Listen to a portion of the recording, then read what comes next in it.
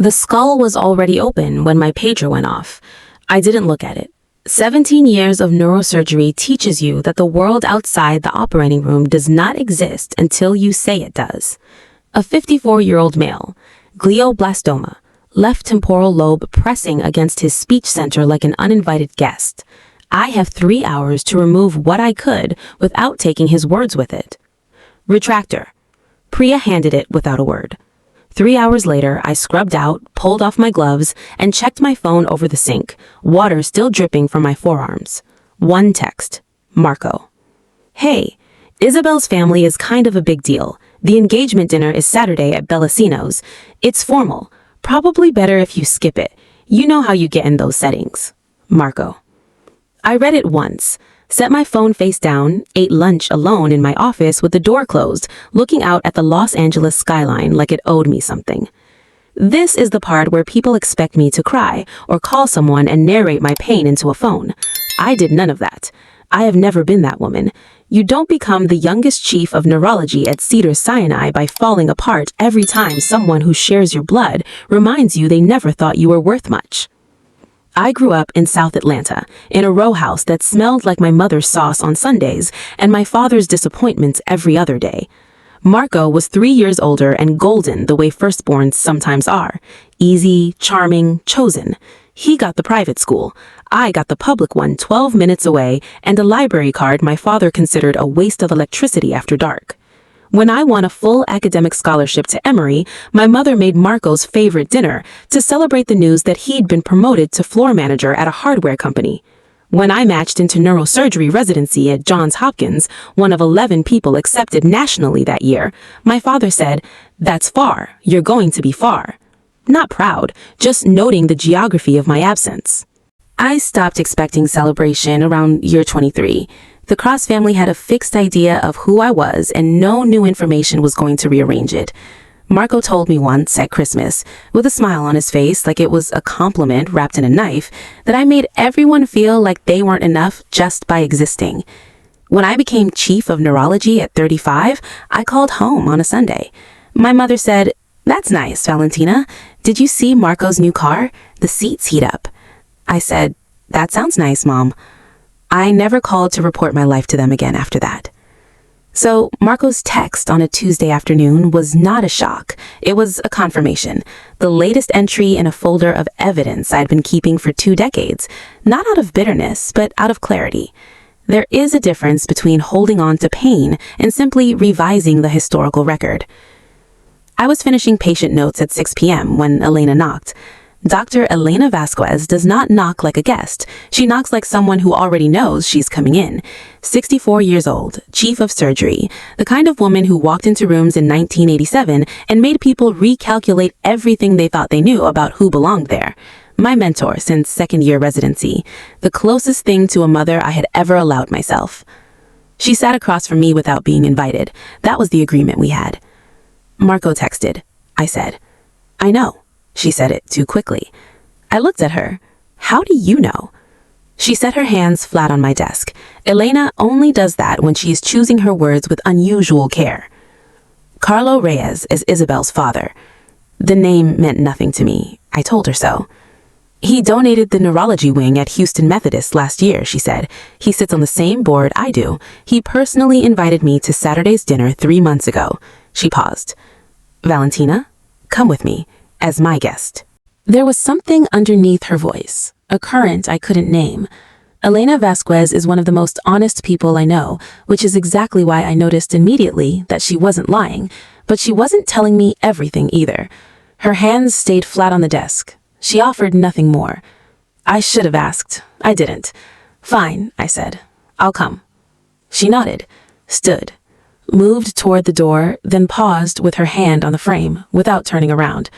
Wear something you love, not something appropriate, something you actually love. She left before I could ask her what that meant. Bellacino's was exactly the kind of restaurant that made certain people feel important and made me feel nothing at all. Beverly Hills, private dining room, dark wood paneling, candles and crystal, a sommelier who moved through the room like he was performing surgery of his own. The kind of place where the menu had no prices, because if you needed to ask, you had already made an error in judgment by arriving. Alina and I were announced at 7:15. Marco saw me first. I watched it happen across the room in slow sequence. His face moved through confusion, then recognition, then the specific panic of a man whose carefully constructed stage set has just developed a crack in the foundation. My mother grabbed my father's arm. Both of them stared at me the way people stare at weather they didn't check the forecast for. I kept walking.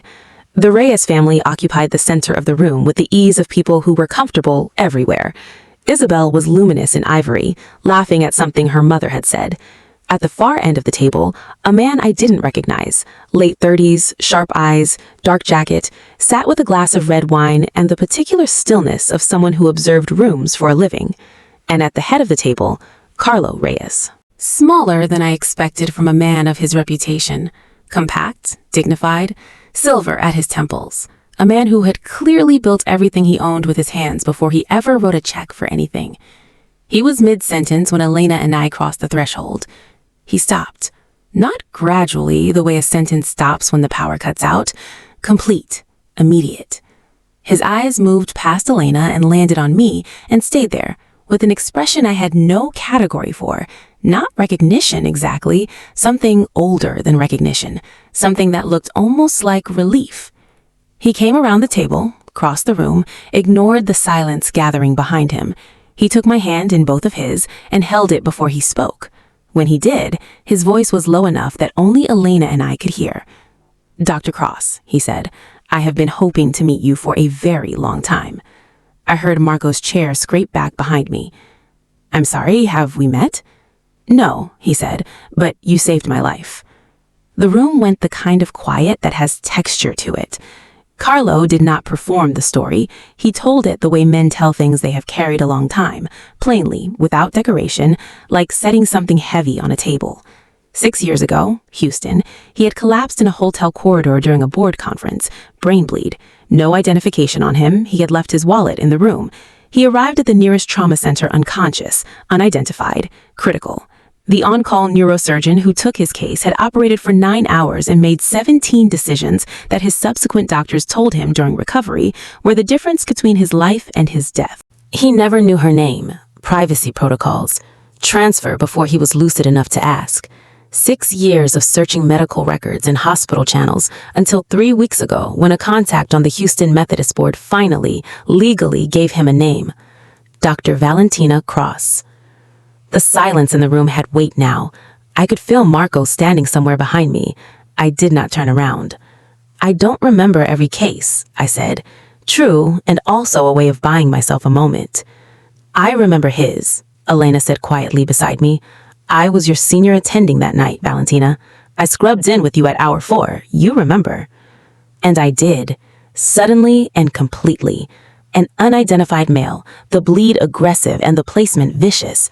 I had stood over him for 9 hours, gone home at 4 a.m., slept 4 hours, come back, and never known his name. "There is something else," Carlo said. He was watching my face with the careful attention of a man who understood that what he was about to say required witnessing. "When I funded the neurology wing at Houston Methodist last year, I named it after the surgeon who saved my life." He paused. A full, deliberate pause. "I named it the Valentina Cross Neurology Center." I heard the words. I understood them grammatically before I understood them any other way. Elena's hand found my arm. I had not known. Not a single person had told me.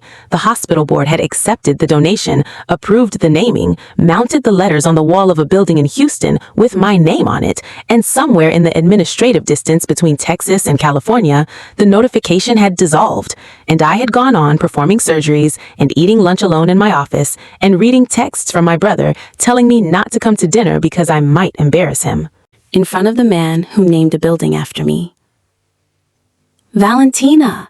Marco's voice came from somewhere behind me, a quality I had never once heard in it. Something unsteady, something that did not know what to do with itself. I did not turn around. Carlo Reyes was still watching me, patient, unhurried, like a man who had waited 6 years and could wait 1 moment more. At the far end of the table, The man with the sharp eyes and the dark jacket set his wine glass down with great deliberateness and reached into his jacket pocket. He did not take anything out, not yet. He simply watched.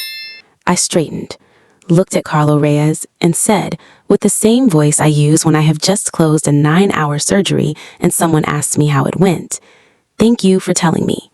It was not enough for what the moment was, but in a room full of people only now understanding who I was, it was more than enough. Dinner was served. I sat at Carlo Reyes's right hand, which was not where anyone in my family had planned for me to be, and which suited me completely. The conversation moved the way it does when people are genuinely interested in each other. Carlo asked about my current research. I told him about the trial I was running on cortical mapping in early-onset glioblastoma patients. He listened the way people listen when they actually intend to remember what you said. Elena contributed. Jason, a civil rights attorney 2 seats down, asked a question sharp enough that I looked at him with new respect. Across the room, my family ate in a silence that had a sound of its own. My mother tried once. She appeared at my elbow between courses, her hand landing on my shoulder with the practiced warmth of a woman who had spent 40 years performing closeness she never quite felt. "We had no idea about any of it. You never said." "I said," I told her quietly, "every time. You just never wrote it down." She didn't have an answer. She went back to her seat. What I felt watching her go was not anger, not grief, not satisfaction, just a clean, uncomplicated clarity, the kind that only arrives when you have finally stopped hoping someone will become something they have proven repeatedly they are not. Nate Giordano appeared at my side so quietly I almost didn't register him. "You don't know me," he said, settling into the chair Elena had briefly vacated. "I'm Isabel's cousin, investigative journalist, New York Tribune." He placed a card on the table between us, face down, unhurried. "I've been sitting at that end of the table for 2 hours, watching something happen in this room that most people wouldn't know how to write." He paused. "I would know how to write it." I looked at the card without picking it up. "What exactly do you think happened in this room?" "A woman walked in who everyone underestimated," he said simply, "and the room rearranged itself around the truth of who she actually was." His eyes moved briefly toward Marco, then back. "That story belongs somewhere, not as gossip, as something that means something to people who've been exactly where you've been." I picked up the card, turned it once, set it in my palm. "I'll think about it," I said. He nodded. "That's all I'm asking," and walked away. Near the end of the evening, as coats were being retrieved and goodbyes organized, Isabel found me. She came quietly, the way people come when they're carrying something they're not sure they have the right to put down. Her champagne glass was in her hand, but she hadn't drunk from it in a while. Whatever she was about to say, she had been deciding for at least an hour. "Can I have 2 minutes?" We stepped into the narrow corridor just outside the private room. She looked at me directly, her father's eyes steady and honest. "Marco told me about you the night we met," she said. "He said he had a sister who was a doctor somewhere. He said you two weren't close because you always made the family feel small." She let that land. "I built an entire picture of you from that one sentence. I never questioned it, never asked to meet you. I just accepted it." Her voice dropped. I believed him. The corridor was quiet. "I know," I said. "I'm sorry for that." "You don't owe me an apology. You didn't know." "No," she said, "but I should have asked." She looked at her ring for a long moment, then back up at me. "I need to understand whom I'm actually marrying, because the man I thought I knew would not have sent that text to his sister, and I don't know yet what to do with that." I looked at Isabel Reyes, a woman I had never met, who had nothing to do with 20 years of my family's quiet cruelty, who had simply loved the wrong version of a man and was brave enough to admit it in a corridor at her own engagement dinner. "That's between you and Marco, not me. But whatever you decide it based on what you actually see, not what you've been told." She nodded once, the way people nod when something has just confirmed what they already knew. She went back inside. I stood alone in that corridor for 30 seconds, maybe less, long enough to feel the full weight of the evening settle, and then, quietly, lift. Elena found me at the exit, coat already over her arm. "Ready?" she said. "Yes." We walked out into the California night, cool air, the city lit in every direction and completely indifferent to what had just happened inside that room, which was exactly right. The world does not pause for your reckonings. It just continues, and you walk into it differently than you walked out of the last place. I thought about the building in Houston with my name on it that I had never seen. I thought about Nate's card in my palm. I thought about Isabel in that corridor, quietly rearranging everything. I thought about Marco's text, probably better if you skip it, and almost smiled. Then Elena linked her arm through mine and was already talking about the conference in Chicago, and the city was loud and wide and full of every kind of possible thing. I was 39 years old. I was free. And I was exactly, precisely, completely who I had always been meant to be. Not because anyone in that room had finally seen it, but because I never once stopped being it while they looked away. Thank you guys for watching this story of mine. Before you go, I have a question for you, and I want you to answer it honestly in the comments. Has there ever been a Marco in your life? Someone who tried to make you feel like you were too much, or not enough, or simply inconvenient, only for life to eventually tell a very different story? Drop it below. No need for names, just the truth. You might be surprised how many people are sitting with the exact same thing right now. And if you were Isabel, if you found out at your own engagement dinner that the person you love had been quietly erasing someone the way Marco erased Valentina, what would you do? Stay? Walk? Think it through? Tell me. The comments are open, and I am genuinely reading every single one. If this story earned a place in your day, hit the like button. It takes 1 second and it tells me to keep going. And if you are not subscribed yet, now is the time. Every single day, there is a new story waiting for you here.